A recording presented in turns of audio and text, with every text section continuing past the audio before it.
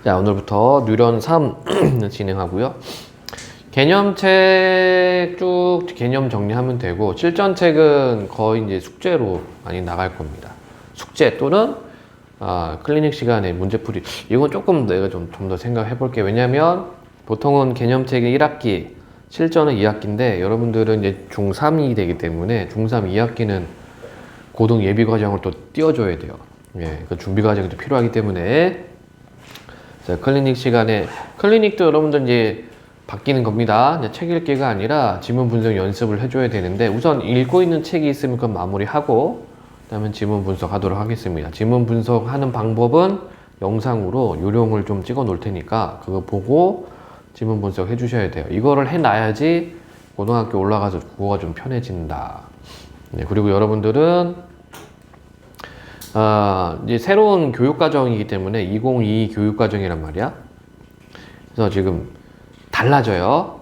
요건 잠깐 좀 얘기 좀 하고, 그러니까 여러분들이 이제 고등학교 1학년이 되면은 어떻게 달라지냐면, 현재는 현행이 아니지, 이제 고1 시작됐죠? 9등급제입니다. 내신이 9등급제인데 여러분들은 5등급제로 들어가요. 그러면 1등급이 4%, 2등급이 8%, 3등급이 12% 이렇게 들어갔는데 5등급제에서는 1등급이 10%야. 이렇게 돼버립니다. 그러니까 2등급 중반까지를 1등급으로 묶어버리거든. 그리고 여러분들은 통합과정입니다. 통합과정. 이 통합이라는 게 뭐냐? 현재 고2는 국어도 선택 영역이 있어요. 그러니까 문법을 할 거냐, 아니면 화법을 할 거냐 이렇게 나눠지는데 여러분들은 그냥 다 배우는 거야. 그걸 다 합니다. 그러니까 옛날 방식이에요. 예전에 국어를 다 했거든. 그렇게 되는 거고, 국어뿐만이 아니라 다른 과목도 마찬가지지, 그치? 통합과학, 통합사회 이렇게 배워요. 그래서 왜 이렇게 하느냐? 지금 방향은 맞아요, 사실은. 왜냐하면 지금은 융합학문이거든. 융합학문이기 때문에 그렇게 가는 건 맞는데 조금 문제는 없지 않아 있습니다만, 그러니까 지금은 한 가지만 잘해서는 안 되고 두루두루 걸쳐서 잘 해야 돼요. 그래야지 또 새로운 방향을 모색할 수가 있거든. 그래서 여러분들이 대학에 가면 대학 학과도 융합학문이 있어요. 그래서 예를 들어서 내가 국어국문학 한다 했을 때 이것만 하는 것이 아니라 이거 플러스 뭐 AI 뭐 이런 식으로 같이 섞어야 돼. 이게 이제 경쟁력이 되는 거고. 그래서 이제 그런 거에 맞춰서 지금 여러분들이 이제 새롭게 개편되는 거를 내년부터 공부를 하게 될 건데, 그러다 보니까 기존의 국어하고는 조금 차원이 달라요. 그러니까 논술형, 구술형, 이 구술이 이제 발표하는 거야. 이게 한 40%가 들어가요. 내신 쪽에. 그러니까 지금 현재 고2까지는 없거든? 지금 이 고등학교 입학한 애들은 이거 해야 되는 거야. 논술형, 소술형이 있어요. 그리고 아직 확정은 안 됐지만 지금 계속해서 수능 시험에서도 논술형 문제를 출제하자, 뭐 어떻게 하자라는 말이 계속 나오고 있거든. 그러니까 여러분들이 쓸 수 있어요. 쓰기가 되어야 돼. 그래서 여러분들 장문시키는 겁니다. 그래서 그런 것들을 여러분이 염두에 두어야 되고 공부를 차근차근 해주시면 됩니다. 그래서 아까 얘기한 것처럼 이제 클리닉 시간에는 지문 분석 연습할 건데, 요거는 교재를 따로 줄 거예요. 교재 만들어주면 지문 분석만 하면 된다. 지문 분석하는 요령은 우리가 수업 시간에 내가 해주는 방법대로 지문 분석하고, 그 다음에 이거를 노트에다가 정리하면 됩니다. 노트 정리도 마구잡이로 하는 것이 아니라 번호가 있어. 1번부터 6번까지였나? 이렇게 번호가 있으니까 번호에 맞게 각각의 작품들을 정리를 해주면 되겠다. 좀 기계적으로 할 수밖에 없어요. 이제 정보 싸움이기 때문에. 어쨌든 이제 여러분은 이제 중학교 3학년 되는 겁니다. 네. 그래서 1학기 때 개념책하고 실전책 둘 다 나가게 될 거고요. 순서는 이렇게 되어 있지, 그치? 1단원 문학, 2단원 문법.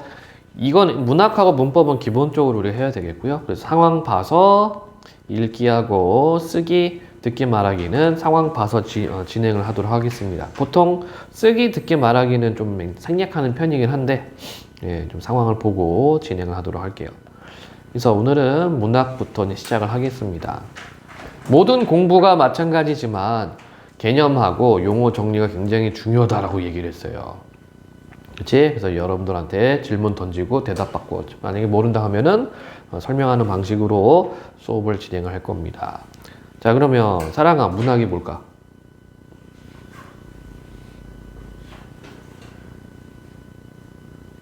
알면 대답하면 되고 모르면 모른다고 하면 돼. 모르겠어요. 아이나 문학은? 모르겠어요. 자, 개념 잡아야 된다. 문학은 언어 예술을 문학이라고 합니다. 이거 내가 만든 거 아니야. 이게 교과서에 이렇게 되어 있어. 이거를 이제 조금 더 여러분들한테 효율적으로 전달하기 위해서 압축적으로 제시를 해주는 거예요. 그럼 은호야, 언어는 뭐니? 50% 맞았죠.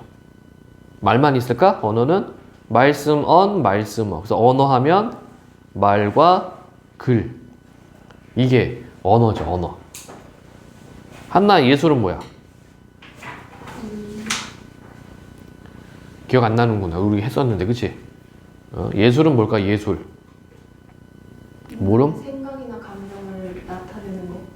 땡. 아니면 교과서 있는 거, 교과서 있는 말로 정리를 해야 돼요. 아니나 예술은 뭘까?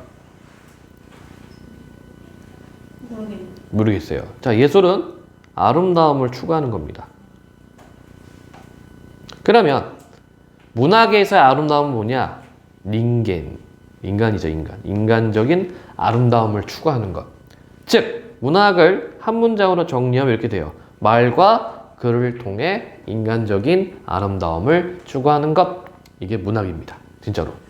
교과서 그렇게 되어 있어. 예. 그래서 우리가 용어하고 개념을 반드시 정리해 가면서 공부를 해야 돼요. 이건 수학도 마찬가지고 과학도 마찬가지야. 수학도 개념 정리하잖아. 그쵸? 여러분들이 뭐 예를 들어서 방정식을 배운다 그러면 방정식이 뭔지는 알고 들어가야 됩니다. 그렇지? 아이한테 물어볼까? 자연수가 뭐니? 1부터. 그건 자연수 종류잖아. 자연수의 개념이 뭐야? 양수, 인수? 그게 뭔데? 응? 이거 개념을 알아야 돼요. 0은 자연수예요? 아니요. 얘는 아니지. 얘는 왜 아니야? 0을 제외한 정수. 왜 아닐까?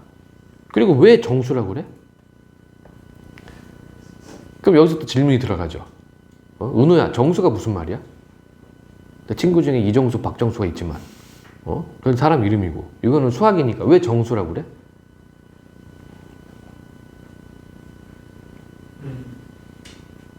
몰라요? 그러니까 이거를 알아야 됩니다. 이거 모르고서 우리가 더하기, 빼기, 나누기, 곱하기를 하고 있는 거야. 자연수를 왜 자연수라고 그래요? 자연적 상태에 있는 수가 자연수입니다. 자연에서 발견할 수 있는 수. 정수는 뭐니? 정해진 수란 얘기야.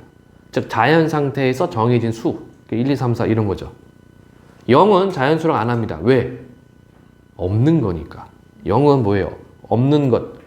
존재하지 않는 것을 0, 제로라고 표시를 한 거야. 그러니까 얘는 자연수가 아니라는 얘기지. 이게 개념이거든. 개념을 알아야지만 공부가 시작이 되는 거고, 그래야지만 공부가 재밌어집니다. 진짜. 이게 이런 거였어? 라는 식이야. 만약 이렇게 개념 공부를 안 하면 암기가 되잖아. 얼마나 힘들어요, 외우는 거. 그치, 아니나? 응? 머리도 안 좋은데 자꾸 외우라고 시켜. 옆에서 엄마가 막 외우라고 그러고, 예? 학원 선생님, 학교 선생님 막 외우라고 그래. 얼마나 짜증납니까? 근데 내가 알아가면 재미가 생겨요, 진짜로. 그게 이제 공부가 되는 거죠. 수학뿐만이 아니고 모든 과목이 마찬가지입니다. 그래서 우리가 이렇게 개념 정리를 해줘야 된다는 얘기예요. 자, 문학은 뭐라고? 말과 글을 통해 인간적인 아름다움을 추구하는 것. 이게 문학입니다. 그러면 문학의 장르는 크게 둘로 나눠서 이렇게 표현합니다. 운문문학과 산문문학 이렇게 표현합니다. 그럼 역시나 마찬가지로 개념을 알아야 되겠지. 말 뜻을 알아야 된다. 사랑아, 운문이 뭐니? 모르겠어요. 은우야, 운문이 뭐야? 모르겠어요. 자, 운문이라고 하는 것은 운율. 문은 글. 즉, 운율이 있는 글이라는 얘기다. 그럼 아이나, 운율은 또 뭐야?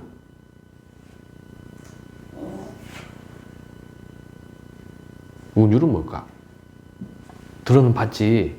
운율은 뭘까? 잘 모름? 내가 이렇게 생각하면 돼. 내가 아는지 모르는지는 내가 그걸 설명할 수 있는지 없는지. 설명할 수 있으면 알고 있는 거고 설명이 안 되면 모르는 겁니다. 간단하죠, 그렇지? 예. 한나의 운율이 뭐야? 말의 가락이요. 가락입니다. 가락. 리듬이죠. 여러분들도 가락 가지고 있지? 한나의 가락 있어? 있잖아. 손가락, 발가락, 머리카락. 그것도 가락이죠? 근데 여기서 가락은 그런 의미는 아니지. 그렇지? 이거는 리듬, 운율이니까. 그래서 글에 리듬과 가락이 있다. 이게 운문입니다. 운문. 그래서 운문에는 대표적인 갈래가 서정갈래가 있지요. 쉽게 얘기해서 시 또는 시가. 이게 서정갈래의 운문 문학이 되겠다. 그 말은 시와 시가에 뭐가 있다는 얘기입니까? 운율이 있다는 얘기죠. 그럼 여기서 이제 또 질문이 생기는 겁니다.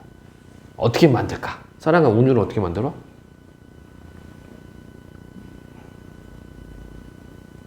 어떻게 만들어? 모름? 네. 은우야, 운율 어떻게 만드니? 모름? 자, 어떻게 만들어요? 반복하면 되죠. 반복하면 리듬감이 생긴다. 운율이 생긴다. 그러면 시에서, 운문 문학에서, 서정갈래에서 무엇을 반복하냐? 그렇지? 뭘 반복합니까? 먼저 글자 수를 반복한다. 이거 여러분들 노래랑 똑같아. 노래도 반복해서 만드는 거잖아. 글자 수를 반복한다. 그걸 뭐라고 그래요? 소리, 개수, 반복, 음수율이라고 하죠. 음수율. 음은 소리, 수는 개수, 숫자, 율은 반복. 소리, 개수 반복하는 게 음수율입니다. 한글은 소리 글자야. 한글은 소리 글자. 자, 음수율에는 뭐가 있어요? 대표적인 게 3, 4조. 그치? 이 조가 음수를 뜻해. 또는 뭐 7, 5조. 이렇게 쓰죠? 이게 반복한다는 얘기입니다. 세 글자, 네 글자 반복, 7글자, 5글자 반복. 이게 음수율이야.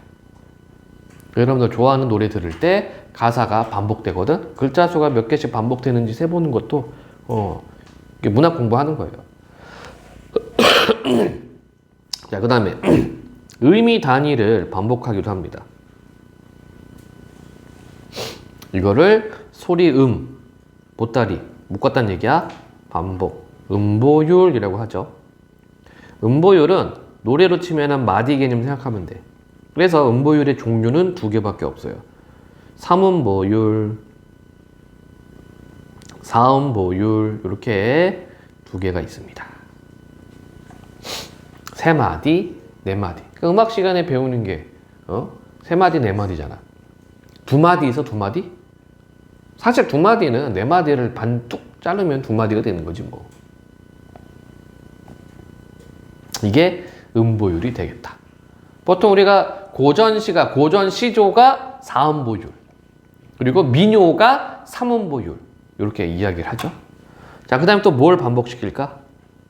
글자 위치를 반복시키죠. 비슷한 소리 위치를 반복하는 겁니다. 그것을 소리, 위치, 반복, 음율이라고 하고, 음이율의 종류는 3가지가 있어요.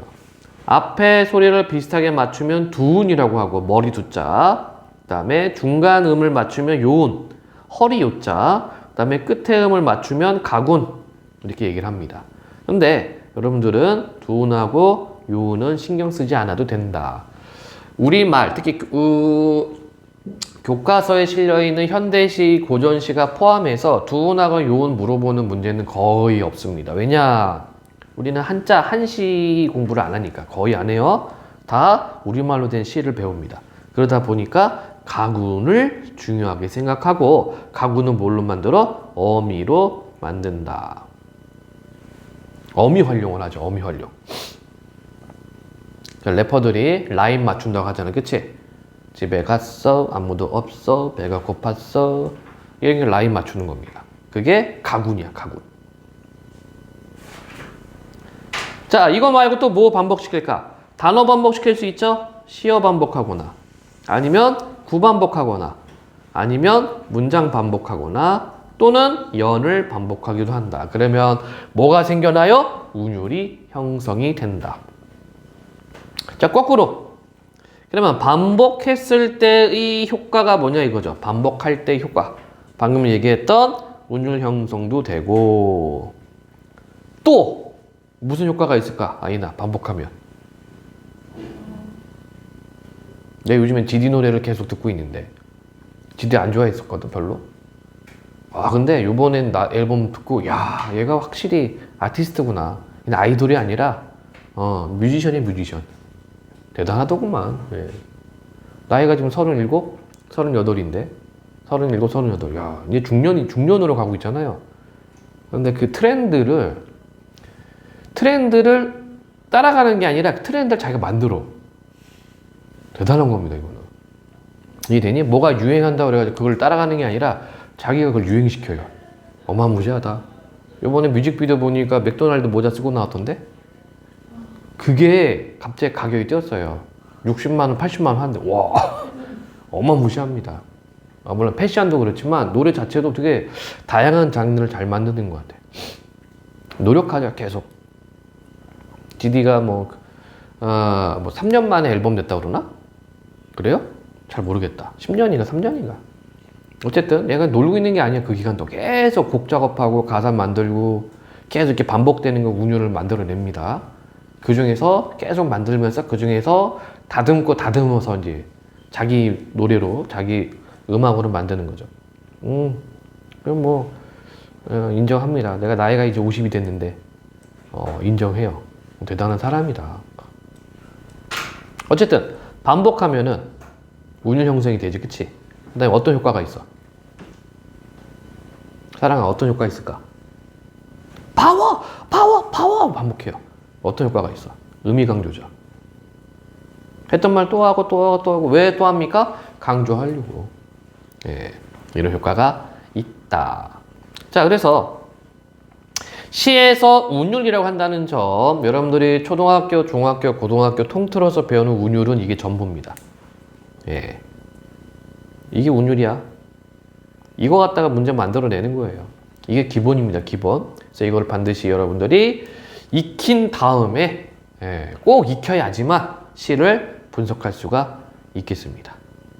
질문 없니? 그러면 우리 계속해서 시를 지금 얘기하고 있으니까 계속해서 시에 관련해서 이야기를 해보자. 자, 시는 분류를 할 수가 있죠. 형식과 내용으로 시를 분류할 수가 있는데, 형식은 말 그대로 모양이야, 모양. 형태와 방식이란 얘기야. 즉, 시를 쓴 형태와 방식, 모양에 따라서 시를 분류한다. 어떻게 나누냐? 세 개로 나누죠. 자유시, 산문시, 서사시라네. 정형시, 이렇게 세 가지로 나눕니다. 그러면 자유시, 산문시, 정형시를 우리가 어떻게 판단할 건가? 모양으로 판단하는 거야, 모양으로. 한번 예문을 들어볼까? 자, 이거 뭐가 다 되어 있네. 새로 받아야 되겠다. 자, 이렇게 시가 있습니다. 예. 이렇게 시가 있을 때 시가 쓰여 있는 모양을 보는 거야. 자, 얘는 칸을 다 채우지도 않고, 그치? 행갈이나 연 구성이 뭐 규칙적이지 않죠. 그러니까 이거는 시인이 마음대로 한 겁니다. 이렇게 쓴 시를 뭐라고요? 자유시입니다. 이렇게 쓴 시들이 자유시야. 모양이. 그러면 운율이 따라와요. 자유시일 때. 어떤 운율을 갖고 있느냐? 내재율이다. 내재율이란 말은 뭐냐? 안내, 있을제, 리듬. 즉 우리가 한눈에 파악이 안 돼, 리듬이. 그치? 그래서 얘는 읽어봐야 돼요. 분석을 해줘야 돼.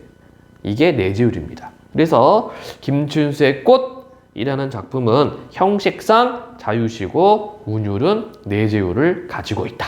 이렇게 정리할 수가 있어요. 이해되죠? 자, 그 다음 산문시는 뭐냐면 예를 들어서 이게 시라면, 요 박스가 시라면 이게 산문 형태예요. 즉 줄글 다 채우는 거야. 칸을 다 채워가면서 쓰는 방식을 산문이라고 그래요.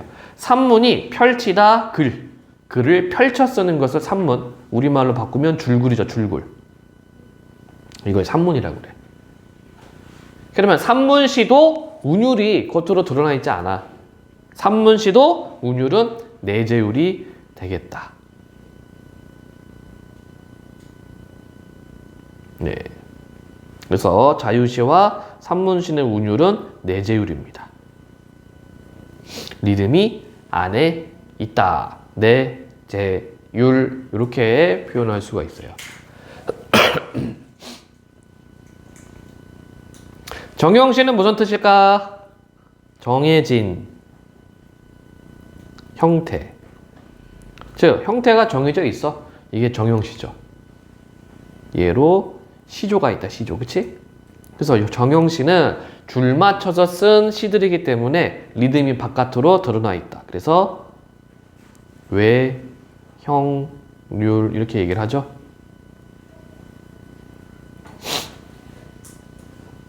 이 세 가지가 있어요. 여러분들이 초등학교, 중학교, 고등학교 때 배우는 시의 모양에 따라서 분류를 할 때 자유시, 산문시, 정형시 세 가지로 구분을 한다. 그 밖에는 없습니다. 자, 이번에 내용으로 구분을 해봅시다. 내용이니까 읽어봐야 되겠지, 그치? 그 시를 읽어봤더니, 자, 시의 목소리를 뭐라고 그래요? 화자라고 그래, 화자. 화자가 기분이 좋으면, 야, 나 이 농담을 20년째 하고 있네. 사랑아, 화자가 기분이 좋으면 뭐라고 그래? 지화자. 이 말 모르나? 아니나 알아? 지화자? 이 말을 몰라? 모르는구나. 판소리나 이런 거 보면 나오는데 얼쑤 좋다 지화자. 이게 기분 좋을 때 소리 내는 거를 추임새를 지화자라고 해요. 아, 모르는구나 이거를. 예. 역시 20년 전 친구들은 알아들었는데 20년이 지나니까 이제 여러분들이 못 알아듣는구나. 예. 자, 시의 목소리를 화자라고 그래요. 그래서 내용상으로도 세 가지로 구분하는데 먼저 서정시가 있어.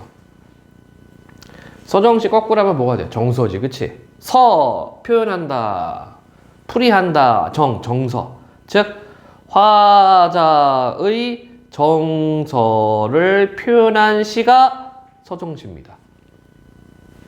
그 다음, 서사시가 있어요. 서사시는 뭐냐면, 풀이한다, 사건을 노래한 시가 서사시입니다. 그 다음, 극시가 있어, 극시.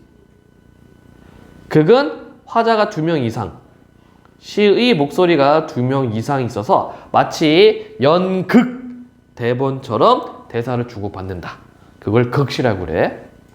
자, 여러분들이 학교에서 배우는 거, 고등학교 올라가서도 배우는 거는 서정시만 배워. 서사시하고 극시는 배우지 않습니다. 이 개념을. 왜 그러느냐? 서사시가 너무 길어, 이게. 너무 길어요. 예. 그리고 서사시가 그렇게 많지가 않아. 현대시에서는. 현대시에서 서사시 대표적인 게 1920년대 김동완의 국경의 밤이라는 작품이 있는데 이게 300 몇 수까지 가. 300 몇 편까지. 너무 길어. 교과서에 못 실어요. 간혹 가다가 이제 고등학교 교과서에 실려 있긴 합니다만 부분적으로 실어놨어. 내용이 함경도 지방에 살고 있는 가난한 어떤 부자의 이야기? 아들과 아버지. 그래서 아버지가 겨울에 압록강이 얼었을 때, 두만강인가 압록강인가 얼었을 때 소금 밀 수출을 해요. 소금 밀반입. 강이 얼었으니까 중국에다가 소금 갖다 파나 들여오나 어쨌든 뭐 그런 내용입니다. 그래서 삼엄한 경비를 뚫고 몰래 하는 그 장면들이 있습니다. 실을 수가 없어요. 너무 길기 때문에. 그래서 여러분들 99%가 서정시를 배운다. 100%라고 안 하는 이유는 고1 때 용비어천가 배우거든. 용비어천가 배우는데요. 얘는 시에서 안 배우고 문법에서 배워. 중세국어 문법 할 때. 10파트에서 배우질 않는다. 이게 서사시인데 이것도 길어요. 129편인가? 128편까지 있어요. 1편부터. 그 다음에 신화. 서양에서는 신화를 서사시로 배웁니다. 그런데 한국 문학에서는 신화는 고전 산문이야. 시에서 안 배워. 때문에 여러분들 서사시하고 극시는 배우지 않는다. 따라서 여러분들이 공부하는 시 내용상 다 뭐라고? 서정시가 되겠다. 그러면 아까 했던 거 김춘수의 꽃 이거 뭐라고요? 내용상 서정시. 그렇지? 그 학교쌤이 요거 필기를 해주잖아. 예를 들어서 꽃, 지은이, 김춘수, 내용상, 서정시, 형식상, 자유시, 운유론, 내재율 이걸 필기를 한다면 판서를 한단 말이야. 할 필요가 없죠. 구분할 수 있으면. 그치? 이게 기본 틀입니다. 기본 틀. 자, 다음. 이제 시를 여러분들 이제 분류할 수 있어야 돼. 그래서 시를 분석할 땐 어떻게 해라? 먼저 형식과 내용으로 구분을 지어라. 형식은 자유시, 산문시, 정형시. 내용은 서정시. 그렇죠? 그러니까 고전시가 포함해서 여러분들 배우는 시는 다 서정시라고 보면 돼요. 자, 이제 뭐 하면 되니? 시 분석법. 아까 얘기했어. 여러분들 이제 클리닉 때는 여러분들이 지문 분석해야 된다. 먼저 시 분석 연습을 할 건데 이거대로 해야 돼. 이거대로. 자, 우리가 보는 시가 99%가 서정시니까 여러분들 뭐 해야 돼요? 시를 읽으면서 정서 파악을 해야 됩니다. 정서 파악. 정서가 뭐라고? 화자의 기분이다. 정서는 두 가지로 제시되어 있어요. 이 연필 형태로 되어 있나? 네. 정서는 두 가지로 제시되어 있다. 즉, 직접 정서냐 아니면 간접 정서냐 두 가지로 제시가 됩니다. 직접 정서는 화자가 그냥 말하는 거야. 괴롭다, 슬프다, 즐겁다 직접 말해. 간접은 분위기만 잡아주지. 그치? 오늘 시험을 망쳤네. 집에 갔네. 아무도 없네. 배가 고팠네. 냉장고에도 먹을 게 없네. 와인의 기분이 어때 그러면? 쉐? 그렇죠? 안 좋죠? 그런 거야. 이렇게 찾으면 됩니다. 자, 정서를 찾았으면 왜 그런 정서가 나왔지? 왜 기쁘지? 왜 슬프지? 왜 괴롭지? 찾으면 돼요. 이게 이유가 되는 거죠. 그러면 됩니다. 어렵지가 않아요. 그러니까 시를 어려워하는 친구들이 있는데 시도 메시지거든. 이것도 이야기거든. 이야기로 생각해서 읽어가면 돼요. 시작하자가 지금 어떤 상황에 처해 있는가를 보면 됩니다. 그리고 문학 작품이니까, 예술 작품이니까 표현기법 정리해 가면서 읽어주면 되겠다. 그럼 표현기법 상당히 많은데 딱 6가지만 우리가 생각을 하자. 먼저 비유법. 비유법이라고 하는 것은 A라는 대상을 B라는 대상에 빗대어 표현하는 게 비유법이죠. 그치? 그래서 비유법에 뭐 있어? 직유도 있고 은유도 있고. 직유는 어떻게? 뭐뭐처럼 뭐뭐같이 뭐뭐인 듯 뭐뭐마냥. 야, 너 바보처럼 왜 그래? 이게 직유법입니다. 은유법은 어떻게 써요? A는 B다. 이 바보야. 이게 은유법이죠. 그 다음 의인법. 그리고 활류법. 의인법은 사람처럼 대하는 거야. 사람이 아닌 것을 사람처럼 대하는데 3가지 방식이 있죠. 먼저 돈호법 쓰는 경우. 누가 나비야, 기러기야 이렇게 불러. 자, 사람이 아닌 것을 부른다는 것은 사람처럼 대한다는 얘기야. 이게 돈호법이다. 돈호가 부른다는 뜻이야. 그래서 사람이 아닌 것을 부르면 자동으로 의인법이다. 그 다음 또 뭐 있어요? 신체를 빗대어 표현할 때. 여러분들 강아지 보면 어떻게 돼? 손 이렇게 하지, 그치? 그 의인법이야. 강아지가 손이 어디 있어? 앞발이지. 근데 여러분들 앞발 안 하죠? 손 이렇게 얘기하지, 그치? 그 의인법이야. 사람처럼 대하는 겁니다. 그렇잖아. 여러분들 친구 중에 강아지 보면 귀여워라, 앞발 그런 애들 없어요. 다 그냥 손 이렇게 얘기를 하지. 그 의인법이야. 그 다음 감정을 빗대어서 표현할 때. 개가 웃는다. 야, 그런 말이 어딨어? 소가 웃을 일이네. 의인법입니다. 예. 문학에서는 감정은 사람만 갖고 있다라고 보는 거야. 문학에서는, 물론 생물학에서는 뭐 식물도 감정이 있다라고 뭐 정의 때리는데, 우리는 파트가 다른 거야. 문학에서는 사람만 감정을 가지고 있다. 식물도 감정이 있다고 그러죠. 싫고 좋음을 표현한다고 그래. 표현한다기보다 그걸 갖고 있다고 그러죠. 그래서 뭐 그런 실험을 했다며, 응? 뭐 나무나 뭐 이런 거에다가 무슨 전기 뭐 실험인가? 쇠붙이 갖다 대니까 막 파장이 막 떨려요. 싫다는 얘기지. 그래서 식물도 감정이 있다 이렇게 표현합니다. 나중에 나무를 뜯어 먹을 때도 조심해야 되겠다. 아프지 않게 뜯어야 되나? 뭐 여담으로 우리는 뭐 꽃게 같은 거 갑각류 그냥 쪄먹죠. 근데 이제 북유럽은 동물학대로 법이 되어 있어서 가재 같은 거 먹을 때 죽은다. 기절시켜야 돼요. 전기 충격기로 기절시키고 쪄야 돼. 만약에 기절 안 시키고 그냥 찜통에 집어넣으면은 동물학대로 고소당합니다. 고발당합니다. 고소가 아니라 고발. 법이 그래요, 법이. 근데 우리는 그런 건 없지, 아직은. 그치?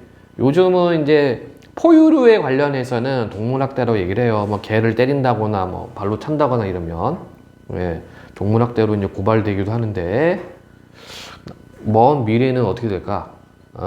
이 식물들도 감정이 있는 것이 밝혀지고 좋다 싫다가 구분이 되니까 나무를 뜯을 때도 식물학대 뭐 이렇게 되나? 나무학대, 식물학대 뭐 그런 날이 오겠다, 그치? 사이비 같은. 사이비 같은. 사이비 같다고? 네. 아니야, 진짜로 잘 몰라서 그래요?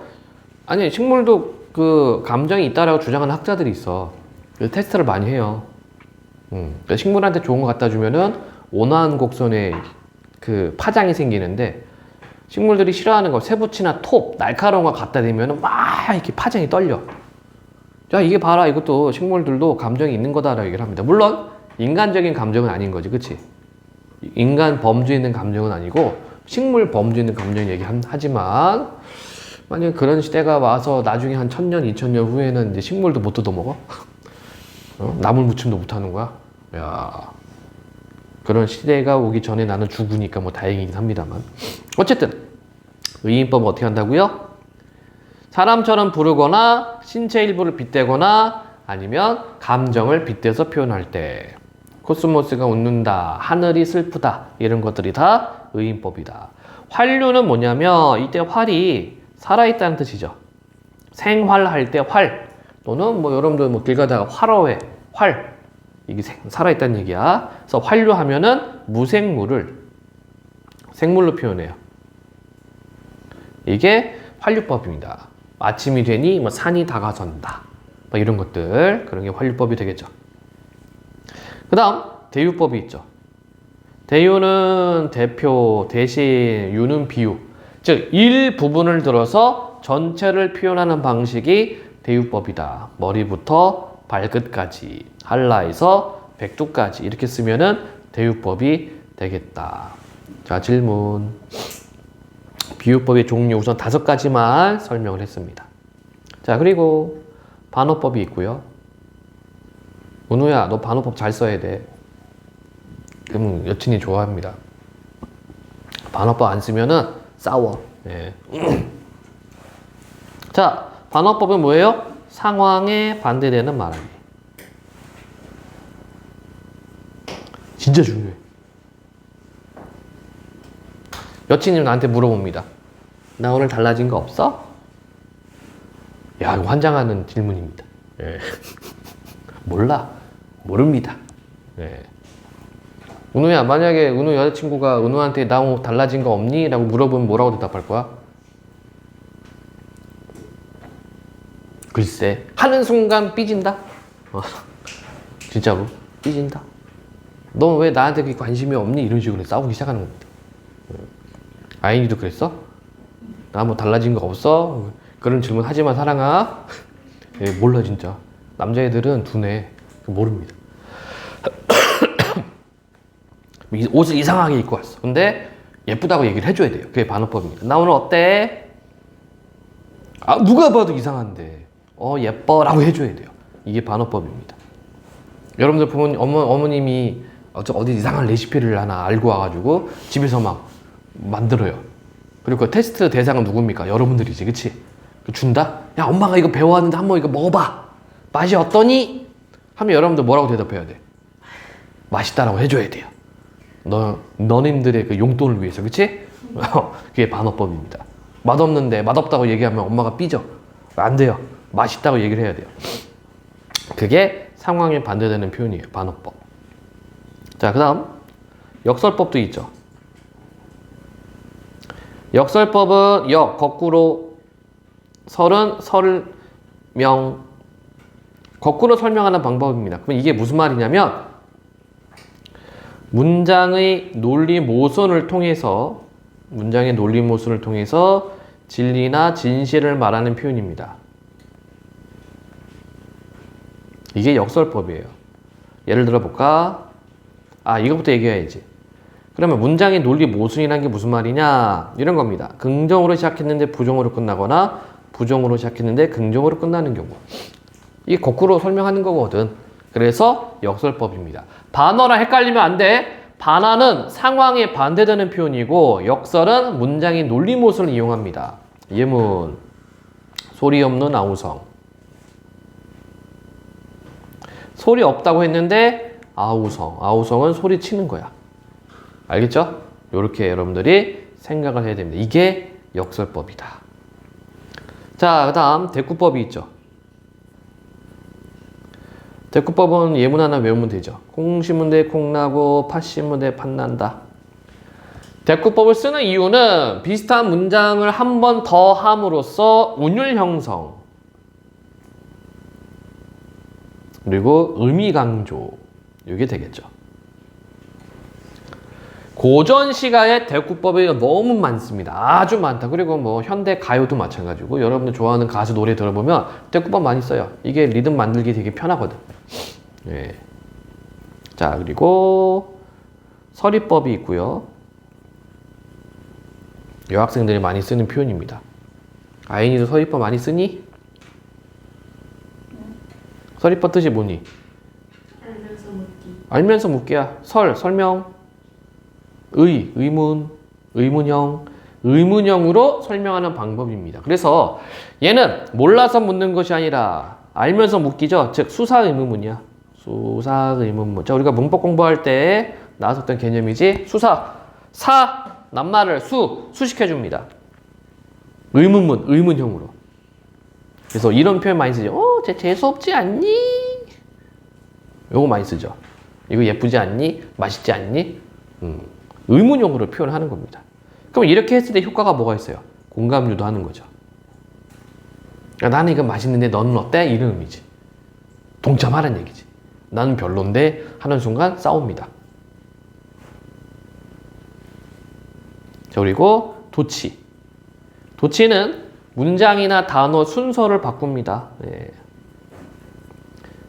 한 요 정도 여러분들이 정리해 주시면 돼요.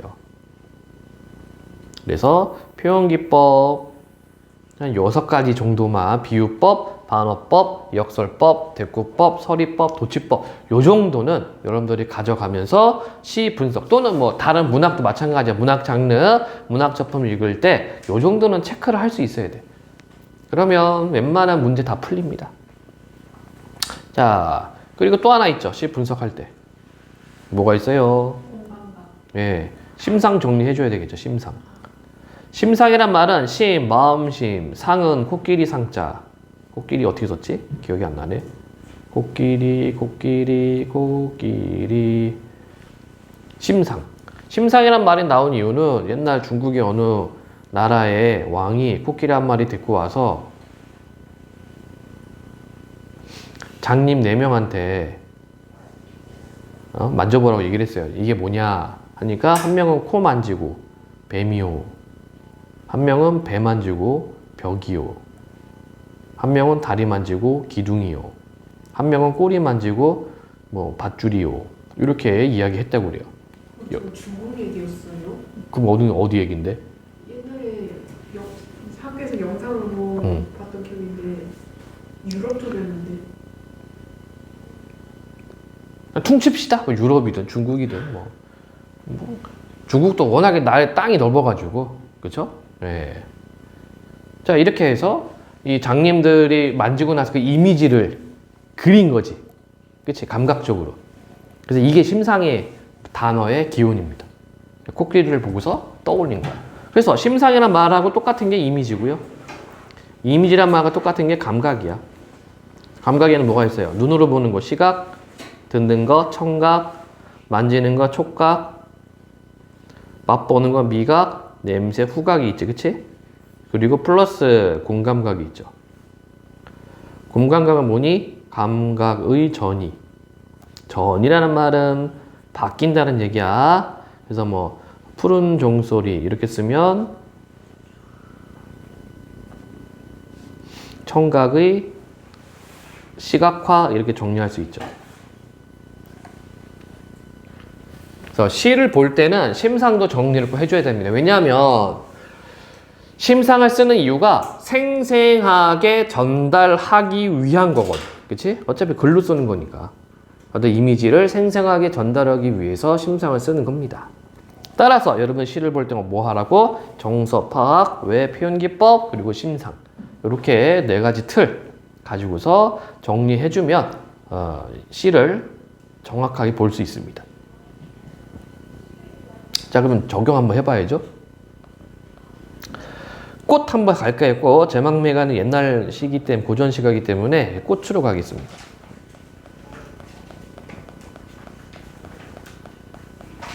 꽃 김준수. 자, 그리고 시 분석할 때 여러분들 시 읽어나갈 때 제목부터 봐야 돼.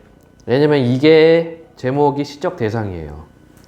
제목이 시적 대상이고 이 시적 대상에 대한 정서를 찾는 거야. 이 꽃에 대해서 화자가 어떻게 생각하고 있는가 그거를 찾아주는 겁니다. 자, 꽃이 시적 대상이고 이것에 관련한 정서, 외, 표현기법 찾고 심상 정리해주면 되겠습니다. 한번 바로 볼까요? 내가 자, 이런 걸 뭐라고 그래? 표면적 화자라고 그러지, 그치? 표면적 화자. 화자가 겉으로 드러나 있습니다. 내가 그의 이름을 불러주기 전에는 그의 이름을 불러준다. 호명전. 그의 이름을 불러주기 전에는 그는 다만 하나의 몸짓에 지나지 않았다. 자, 그 하나의 몸짓이니까 이때 몸짓은 의미 없는 존재. 여러분 생각해봐. 그러니까 이때 그는 뭐냐면 꽃이야, 꽃. 예. 여러분들 길 지나가다가 길가에 핀 꽃을 봤어. 그리고 쓱 지나가요. 별 의미가 없죠, 그거는. 그치? 이어 내가 그의 이름을 불러주었을 때, 자, 이름을 불러주었다는 것은 인식했다는 얘기야. 인식함. 그리고 이름 부른 것은 호명 후. 그는 나에게로 와서 꽃이 되었다. 이제 꽃은 의미 있는 존재가 되는 거지. 진짜로. 만약에 여러분들하고 나하고 아무 관계가 없어요. 편의점에 갔어. 모르는 사람이야. 그냥 스쳐 지나갑니다. 그치? 나한테 의미 있는 존재가 아니죠. 근데 지금 여러분들하고 나는 한 장소에 만나서 이렇게 또 구공부도 하고 이상한 이야기도 듣습니다. 이게 관계가 형성이 된 거야. 이게 의미 있는 존재가 되는 거죠. 의미 있는 말이든 아니든 간에 어쨌든 우리는 서로 간에 의미 있는 존재가 됐어요. 이거를 시적화자는 뭐라고 얘기를 해? 꽃? 이렇게 얘기를 했다. 자, 이렇게 보니까 1년하고 2년하고 어떠니? 유사구조, 유사 통사구조 반복하고 있네. 반복을 했을 때 어떤 효과가 있다고요? 운율 형성과 의미 강조의 효과가 있다. 내가 그의 이름을 불러주었을 때 그는 나에게로 와서 꽃이 되었다. 여러분 길 지나가다가 울타리에 핀 꽃을 보고 장미네 라고 하는 순간 그 꽃은 여러분들한테, 그 장미는 여러분들한테 의미가 있다는 얘기지. 내가 그의 이름을 불러준 것처럼 지규 비유하고 있어요. 나의 이 빛깔과 향기에 걸맞는, 알맞는 누가 나의 이름을 불러다, 뭐뭐 해다오, 소망이다. 어떤 소망입니까? 화자도 누군가에게 꽃이 되고 싶어요. 이때 꽃은 무슨 의미? 의미 있는 존재. 그치? 누군가에게 꽃이 되고 싶다. 이게 소망입니다. 의미 있는 존재가 되고 싶다. 그에게로 가서 나도 그의 꽃이 되고 싶다. 여기 있었죠? 소망. 그래서 3년에서는 화자의 소망이 드러나 있습니다. 의미 있는 존재가 되고 싶다. 불교에서는 얘기하죠. 이 세상에 존재의 의미가 없는 것은 없다라고 얘기를 하죠. 태어난 순간 의미를 가지고 있다. 그 의미를 가지고 태어난다 얘기를 해요. 저 길바닥에 있는 돌멩이도. 우리들 좀 확장시켰다. 그치? 확대. 나 너에서 우리로 확장시켰어. 우리들은 모두 무엇이 되고 싶다. 소망. 의미 있는 존재가 되고 싶죠. 여러분들이 그래서 여기 앉아서 공부하는 거야. 왜? 의미 있는 존재, 가치 있는 존재가 되기 위해서 공부를 하고 있습니다. 그렇다고 생각 안 하니, 은호야? 그렇죠? 우리는 이거 공부하면서 뭐 하는 거야? 자신의 존재 가치를 높이는 거예요. 그러니까 공부하지. 아니면 공부 뭐하러 해? 자기 집에 가서 누워서 쇼츠나 보는 거지. 안 그래, 사랑아? 그 사람이 여기 앉아있는 것도 너의 존재 가치를 더 높이기 위해서 의미 있는 존재가 되려고 앉아있는 겁니다. 너는 나에게, 나는 너에게 잊혀지지 않는 하나의 눈짓이 되고 싶다. 이렇게 되어 있습니다. 그래서 그렇다면은 이 시에서 꽃은 뭐라고요? 의미 있는 존재가 되겠네. 그치? 그거를 1년과 2년의 과정을 통해서, 즉 호명 전, 호명 후, 호명 후는 인식되었다는 얘기고 가치 있는 존재, 의미 있는 존재가 되었다는 얘기입니다. 그러면서 시상을 확대시켰어요. 우리들은 모두 이렇게 되어 있습니다. 자, 이렇게 분석을 하면 되는 거죠. 그치? 질문 괜찮습니까? 네, 좋습니다. 다시 앞으로 가서요. 여기 좀 지워놔야 되겠다. 이건 고전 시가라 제가 다시 한번 설명하도록 하고요. 우선은 좀 개념 설명되어 있는 부분을 우리가 조금 읽어갈 필요가 있습니다. 자, 어디자? 심미적 체험의 소통 이렇게 되어 있네. 심미라는 말은 뭐니? 깊을 심자, 아름다울 미자. 그래서 심미적 체험이라고 하면은 아름다움 한번 맛보는 거예요. 자, 심미적 체험으로서의 문학, 심미적 인식과 체험. 자, 인간을 포함한 세계를 아름다움의 관점에서 바라보는 것. 자, 아까 우리 문학이 뭐라고 그랬어? 말과 글을 통해서 인간적인 아름다움을 나타내는 것. 그치? 그때 인간적 아름다움은 예쁜 것만 이야기하는 것이 아니야. 인간과 관련된 모든 것에 대해서 표현하는 것. 그게 문학이었습니다. 즉, 심미적 아름다움은 인간을 포함한 세계를 아름다운 관점에서 바라보는 겁니다. 그러면 체험을 어떻게 하느냐? 어떤 대상에서 감동이나 깨달음을 얻으며 아름다움을 느끼는 거예요. 여러분들의 뭐 유튜브 쇼츠 보다가 귀여운 강아지를 보고 마음이 심쿵한다. 그것도 심미적 체험이 되는 겁니다.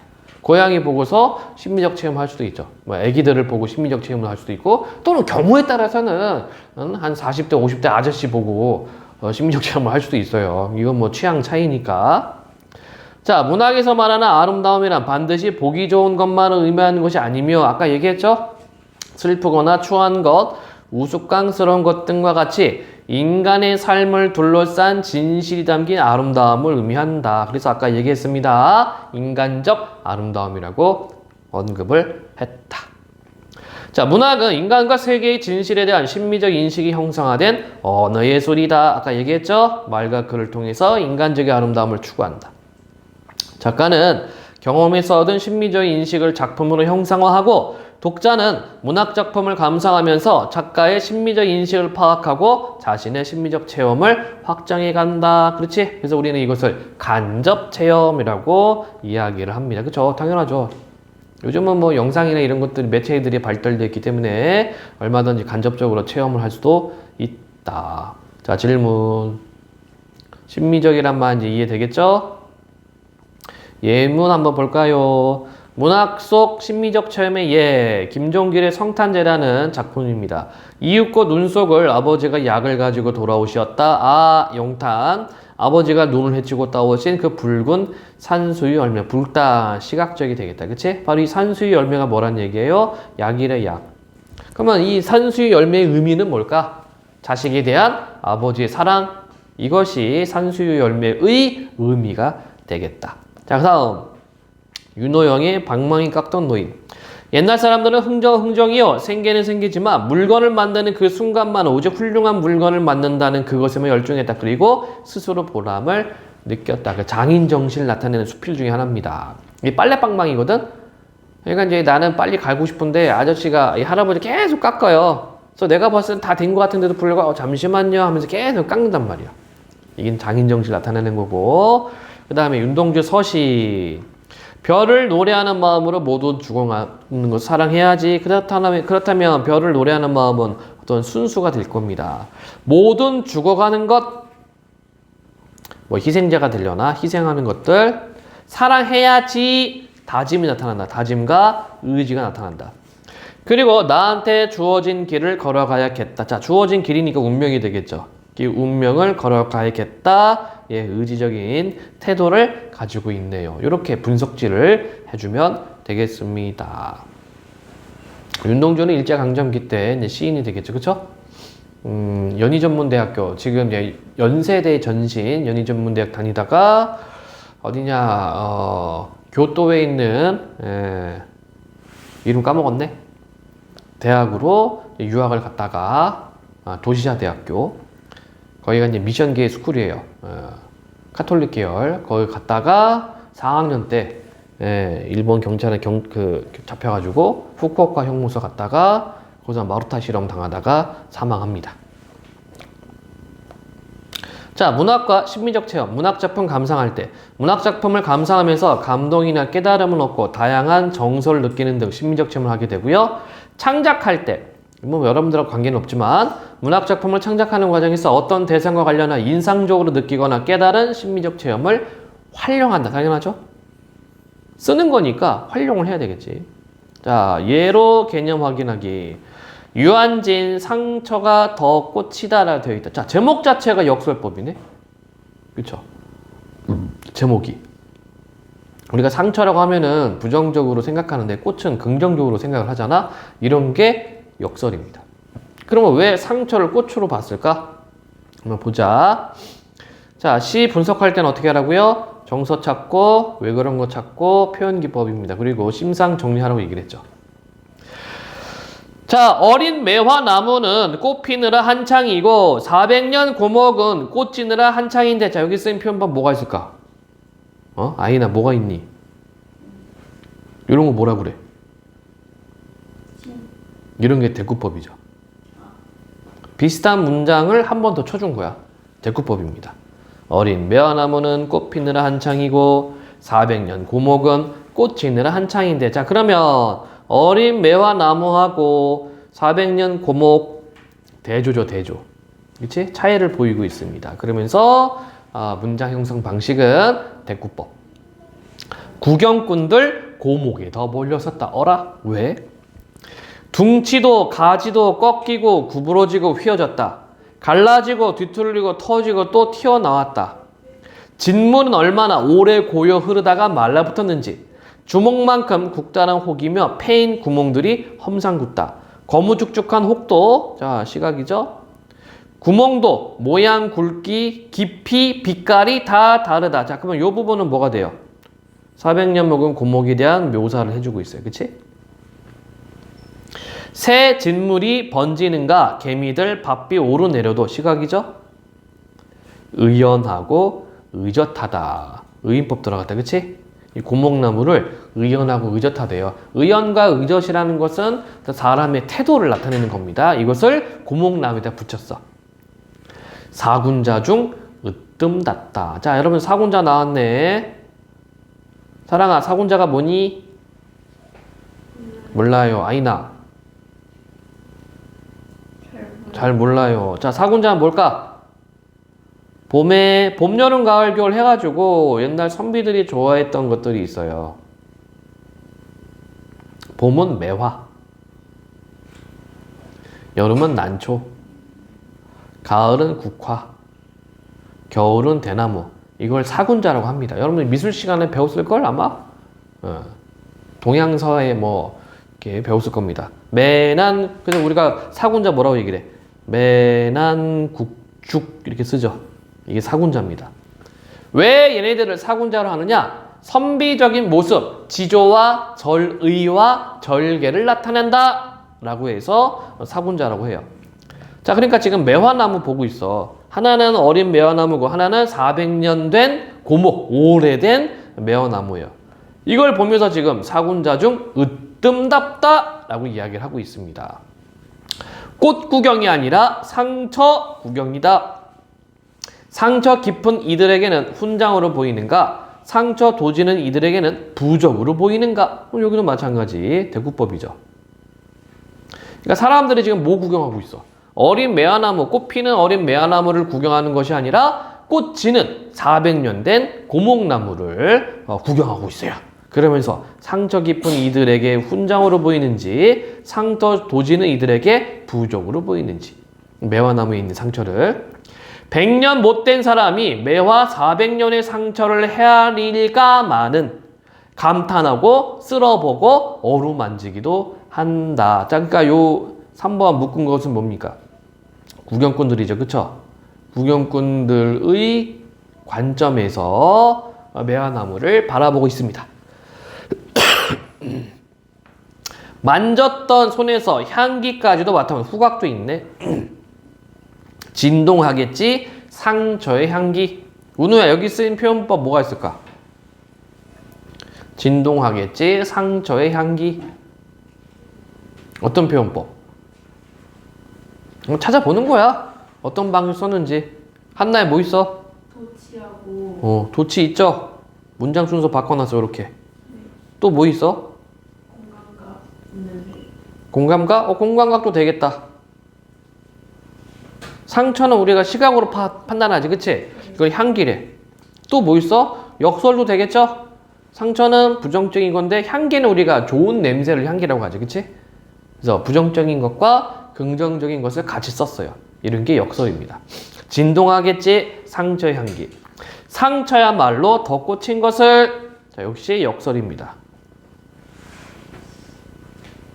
네, 그래서 시인이 왜 사람들이 저 고목나무, 오래된 고목나무를 감상하고 만져보고 냄새를 맡을까? 아, 상처가 꽃이구나 라고 뭔가를 깨달은 거야. 그래서 이거를 상처가 더 꽃이다 라는 작품으로 표현한 거죠. 질문 괜찮니? 여러분들 이제 지문 분석 연습할 때 이런 식으로 분석질을 해주면 되겠습니다. 미리 얘기할까? 그러면 만약에 이렇게 여러분들께 분석을 했어. 그럼 노트에다 어떻게 적어? 1번 제목 상처가 덧꽃이다 쓰면 되죠? 두 번째 정서. 정서는 뭐라고 쓰면 되니? 400년 된 고목나무의 상처를 긍정적으로 봄.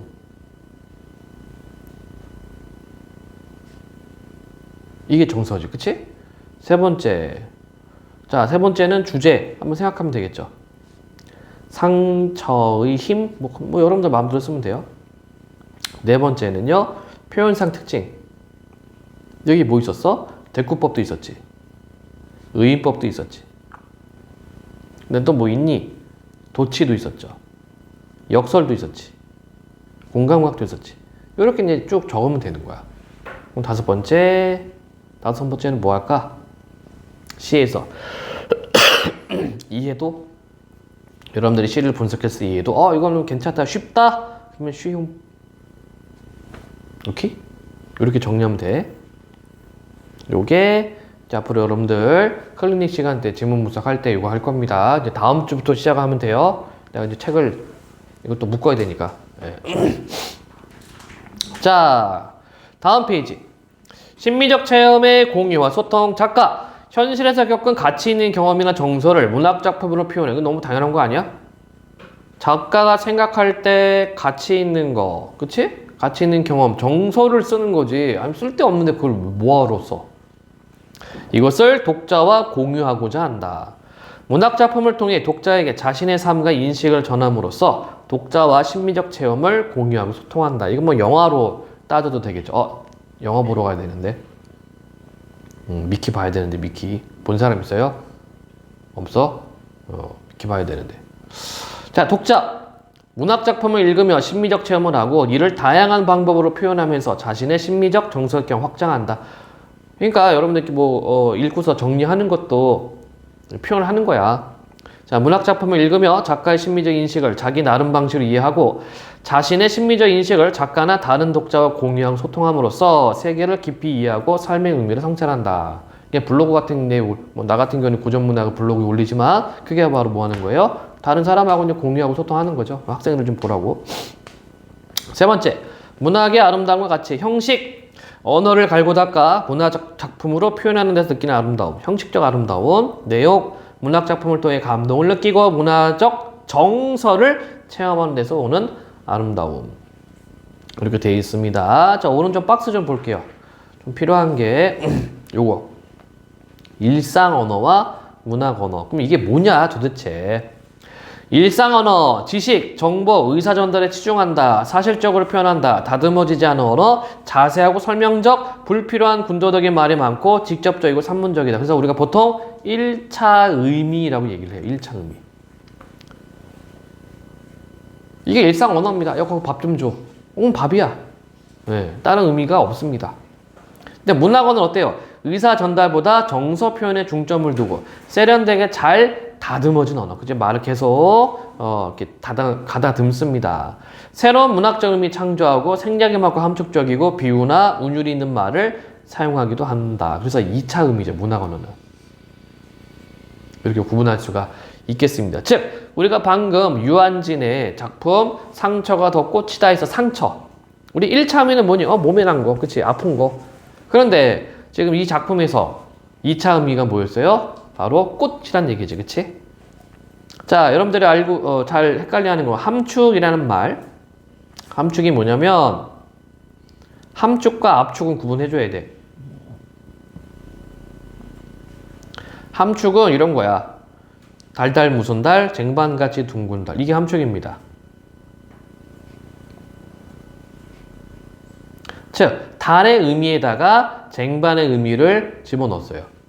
이해되니? 이게 함축이야. 하나의 대상에다가 다른 의미를 집어넣는 것. 이게 함축입니다. 압축은 뭐냐면 짧게 표현하는 것. 이게 압축입니다.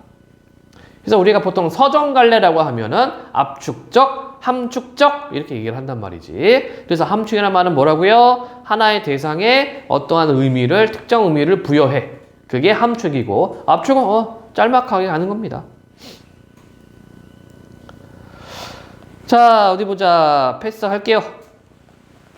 자, 제망매가가 나온다. 제망매가. 중요 작품이고요. 여러분들 중학교 때 시험 100% 튀어나온다고 생각하면 되고 고등학교 올라가서도 또 나온다. 제망매가. 자, 미리 정리 좀 하자. 얘는 향가야, 향가. 향가가 뭐냐면 신라 노래를 향가라고 합니다. 향가는 신라 노래고요. 향가의 형식은 세 가지가 있어. 4구체, 8구체, 10구체 이렇게 표현합니다. 제망매가는 19체 향가야. 제망매가는 19체 향가입니다. 즉 10줄짜리입니다. 10줄짜리. 자, 19체 특징. 기, 서, 결 3단 구성이고요. 그리고 낙구가 있어, 낙구. 낙구에 감탄사가 있습니다. 이게 19체의 특징이야.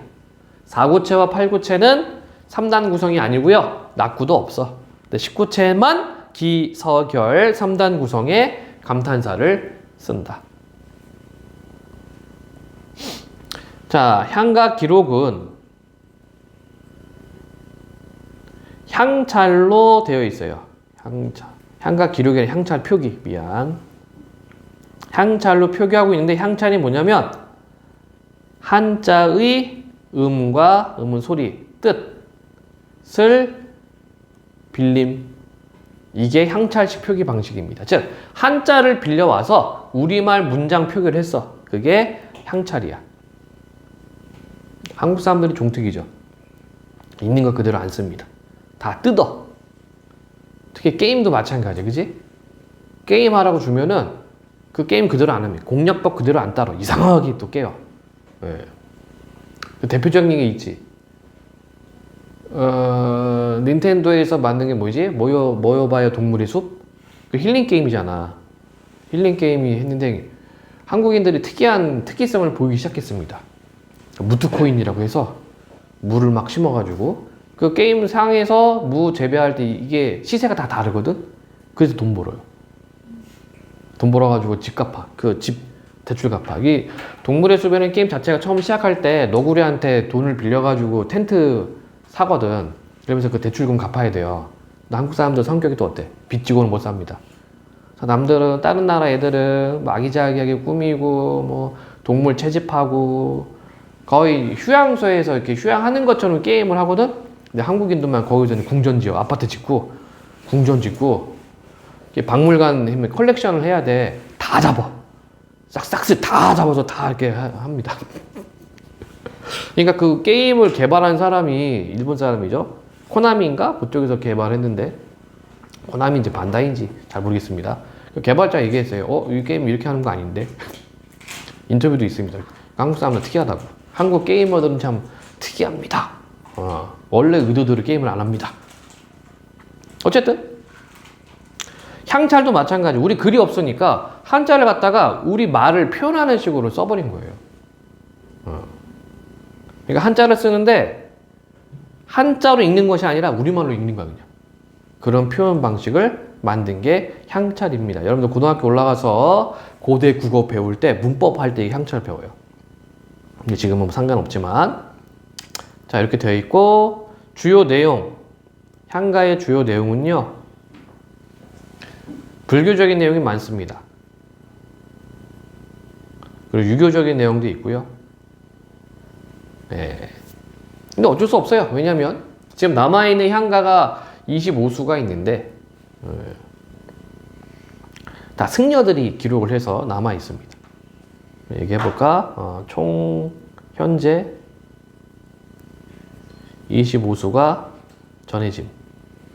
얼마나 다행이니? 왜 다행이냐면 3대목이라고 하는 향가 노래책이 있었어. 근데 이게 전해지지 않아요. 신라가 천년왕국이죠?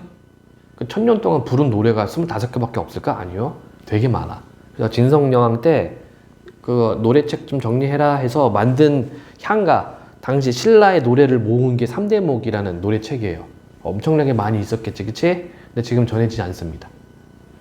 그래서 지금 전해지는 것은 1년 스님의 삼공유사의 14수. 그 다음에 규녀가 쓴 규녀전의 11수. 규녀도 승려입니다. 이렇게 해서 토탈 25수만 전해지고 있어요.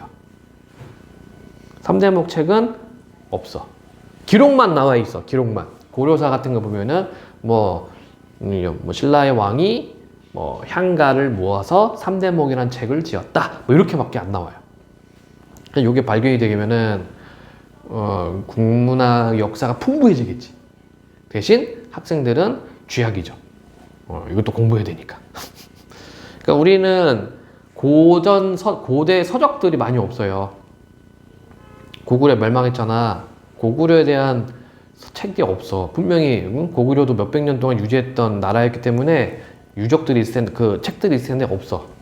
백제도 마찬가지예요. 백제와 관련된 책들이 없어요. 그 왜 그럴까? 일본 애들이 가져간 거 아니야? 뭐 그런 것도 있고 일제강점기 때 털린 것도 있을 테고 왕조가 바뀌면 그 전 다른 나라에 있었던 기록들 싹 다 없애버립니다. 왜 그래? 새로운 나라에 대한 정통성, 당위성을 이야기하려면 그 전에 있는 걸 지워버려야 돼요. 이해되심? 그건 뭐 어떻게 보면 그 시절 그때 사람들의 당연한 생각이었던 겁니다. 대표적인 게 누가 있어요? 진시황. 진나라가 중국을 통일하고 했던 작업이 뭡니까? 유교를 다 지워버리는 거지, 그치? 그래서 분석행유라고 해서 책을 불살르고 선비들을 묻었다고 하는데 모든 책을 불살르고 모든 선비를 죽인 게 아니에요. 유학. 그걸 없애는 겁니다. 왜냐하면 뭐 중국을 통일했잖아, 그치? 그러면 전체적인 규범이 필요해, 규범이. 여러분들 알고 있는 진시황은 무식한 사람이 아니라 이 사람은 법가예요, 법가. 법대로 하는 거야. 그러니까 법을 다 통일시켜야 돼. 근데 유학은 이거는 수양을 쌓는 수양 학문이거든. 마음의 덕을 쌓는 학문이거든. 자, 나라를 통일시켰어요. 각각의 지방, 지역마다 다 법이 달라. 이걸 뚫어야 돼. 그렇죠? 근데 유학이 있으면 안 되겠지. 다 다르니까. 그래서 지워버리는 겁니다. 성략을. 그래서 이제 법으로 통일시켰죠. 그래서 법을 어긴다면 무조건 뭐 좀 세게, 엄하게 다룹니다. 물론 나라는 80년 만에 깨지지만 아들내미가 붕딱 같아가지고 그리고 내시들이 13시였나? 예, 내시들이 득세하는 바람에 진나라는 금방 멸망하지만서도 어쨌든 3대목이라는 책은 지금 전해지지 않고 있습니다. 자, 제망매가고요. 월명사 승려야. 여러분들 이제 한 가지 알고 있어야 되는 게 이때 승려가 지금 스님들 생각하면 안 돼. 신라는 귀족 불교입니다. 이게 무슨 말이니? 귀족들만 승려가 되는 거야. 이해되죠? 무슨 말인지? 그러면 왜 귀족들이 승려가 됐을까? 문화 전파를 생각하면 돼요. 고구려, 백제, 신라. 한자 전파 시기가 유사합니다. 왜냐하면 한자가 책으로 들어오잖아. 그치? 글자만 딸랑 들어온 게 아니다. 책으로 들어와요. 물론 왕조나 귀족들은 글자 사용을 했지만 이게 조금 널리 퍼지기 시작한 거야. 그게 2세기, 3세기, 4세기입니다. 이게 불교 전파 시기랑 흡사해. 그러니까 신라에서 공부 좀 하는 애들 책을 보고 공부를 해요. 주로 어떤 책을 볼까? 불경을 보는 거예요. 불경을 통해서 글자도 익히고 공부를 합니다. 그러다 보니 자연스럽게 승려가 됩니다. 그래서 여러분들 알고 있는 원효대사, 해골물 마시고 깨달음 얻은 사람, 이 사람 천재예요. 진짜 통일신라 천년 왕국 중에 3대 천재 중 한 사람을 꼽히는 사람이고 원효대사는 왕족이야.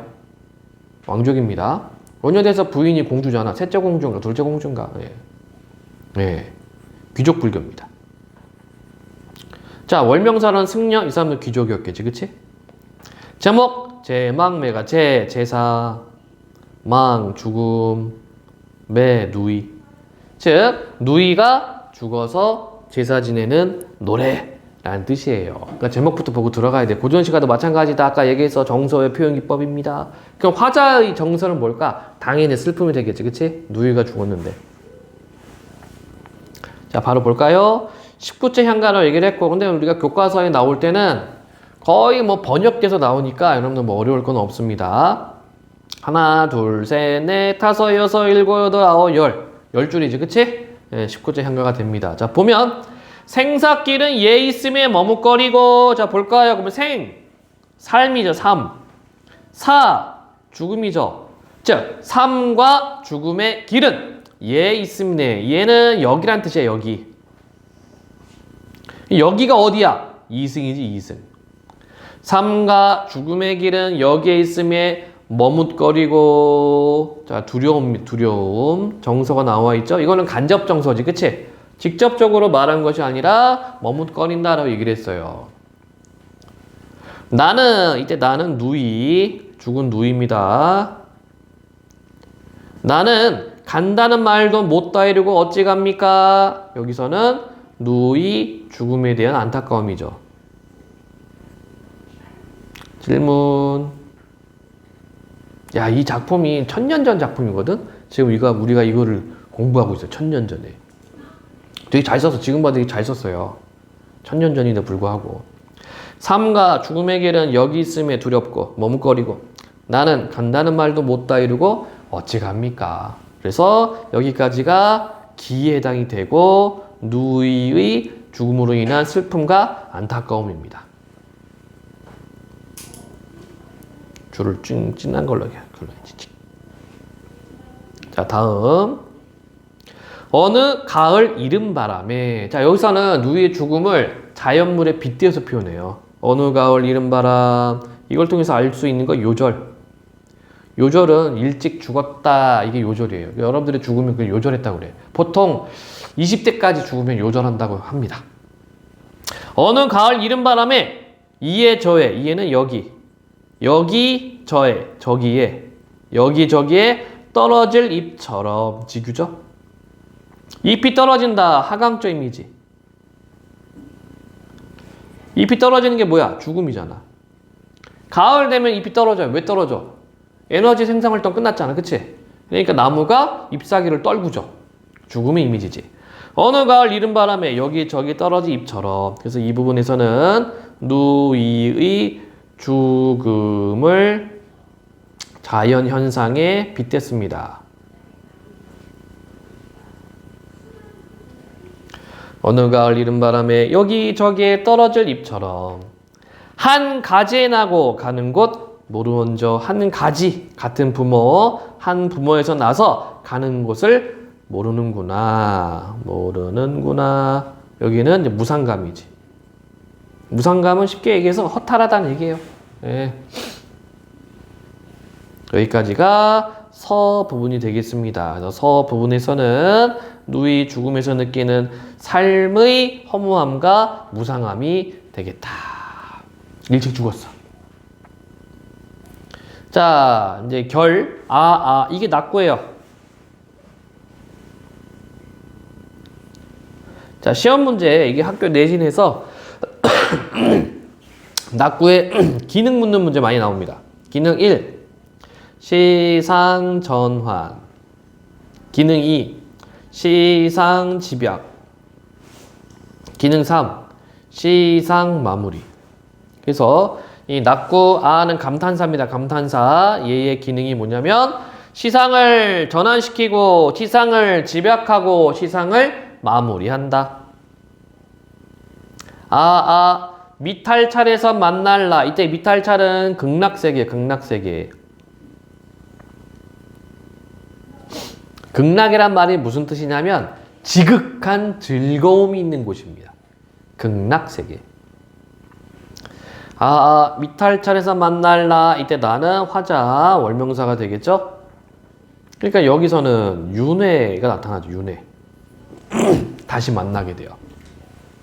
도 닦아 기다리겠노라. 이때 도는 불도가 되겠죠. 왜냐하면 이 사람은 승려니까. 도 닦아 기다리겠노라. 다짐. 의지. 그래서 결 부분에서는 누이의 죽음에 대한 슬픔을 종교적으로 승화시키고 있다. 종교적으로 승화. 승화라는 말은 좋게 바꾸는 거야. 부정적인 상황을 긍정적으로 바꾸는 걸 승화.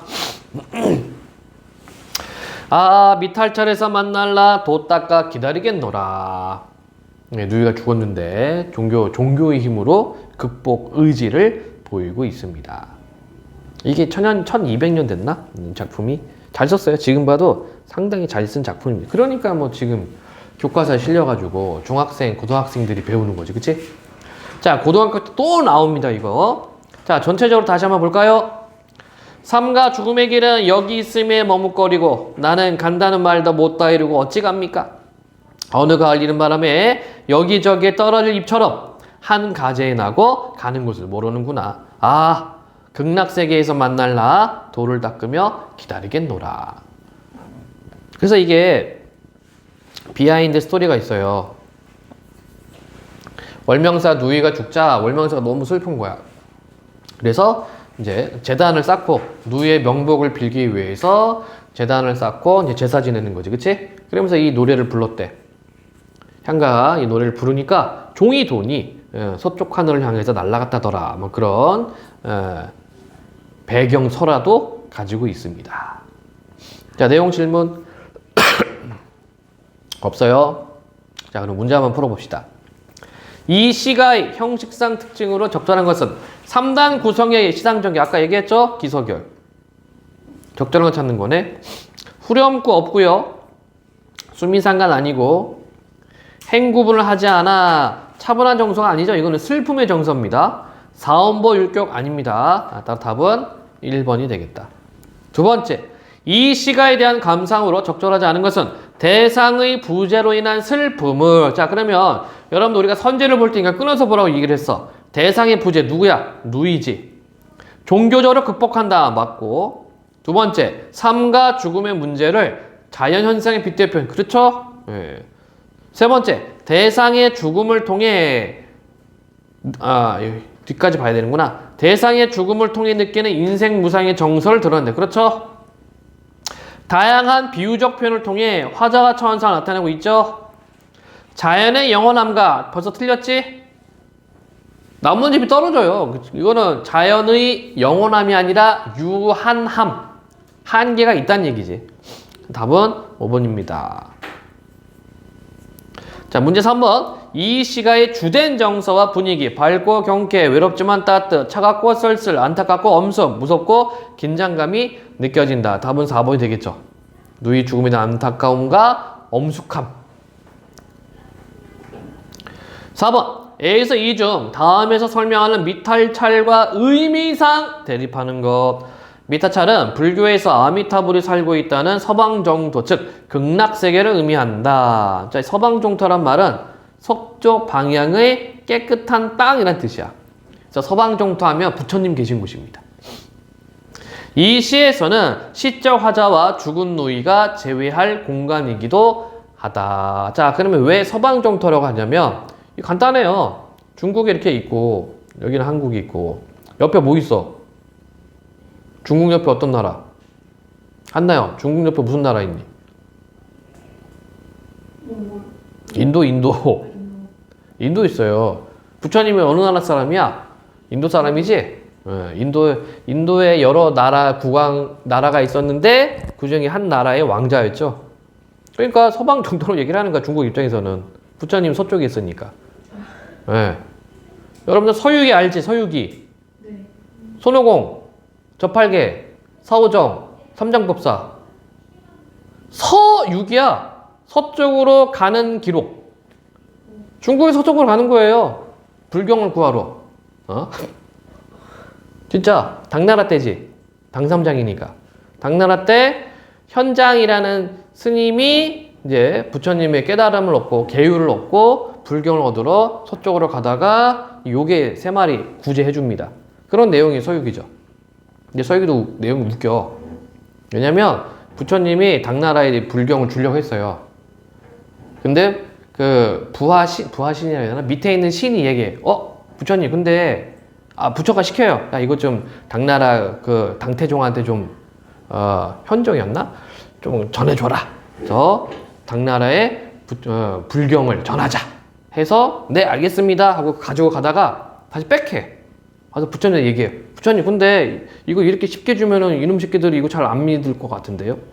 부처님 그렇구나 해서 황제의 꿈속에 나타나요. 나는 부처이니라. 너의 나라를 교화시키기 위해서는 부처님 말씀이 필요하니 얻으러 오너라 해서 이제 당나라 황제가 현장한테 명령을 내리죠. 너가 가가지고 불경을 얻어와라. 그래서 떠나는 게 서유기예요. 그래서 서방정토라고 쓰는 게 중국 입장에서 인도가 서쪽에 있으니까 뭐 우리도 마찬가지죠. 서쪽에 중국 건너서 인도가 있으니까. 자 그러면 미탈찰과 대립하는 건 뭐가 될까? A, B, C, D 이 중에서 뭘까요? 길, 예, 어느 가을, 한 가지, 가는 곳. 대비되는 것은 B, 예가 될 거야. 예. 얘는 2승이니까 2승. 미탈찰은 저승이죠. 이렇게 찾으면 되겠습니다. 서유기 안 좋아하는구나. 본 적 없어? 서유기? 신서유기밖에 몰라요. 야, 참나. 그래, 그것도 뭐, 중국 갔으니까 한국 입장에서는 뭐 서쪽으로 갔네, 그지? 예. 자, 보기, 기억, 니은에 해당하는 식구를 조건에 맞게 서술. 이 시가는 월명사가 죽은 누이를 추모하기 위해 지은 식구째 향가다. 작가는 누이의 때이른 죽음에 대한 안타까움을 드러내며 혈육의 죽음으로 인한 슬픔과 고뇌를 종교적 믿음으로 극복하고 있다. 자, 기억을 비유한 식구를 찾아 이어절로 쓰시오. 그리고 니은을 암시하는 식구를 찾아 이어절로 쓰시오. 자, 죽은 누이를 나타내는 게 뭐가 있어요?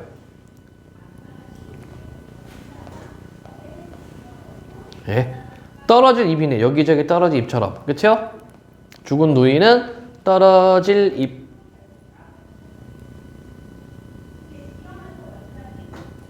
그러면 니은 때이른 죽음은 뭐야?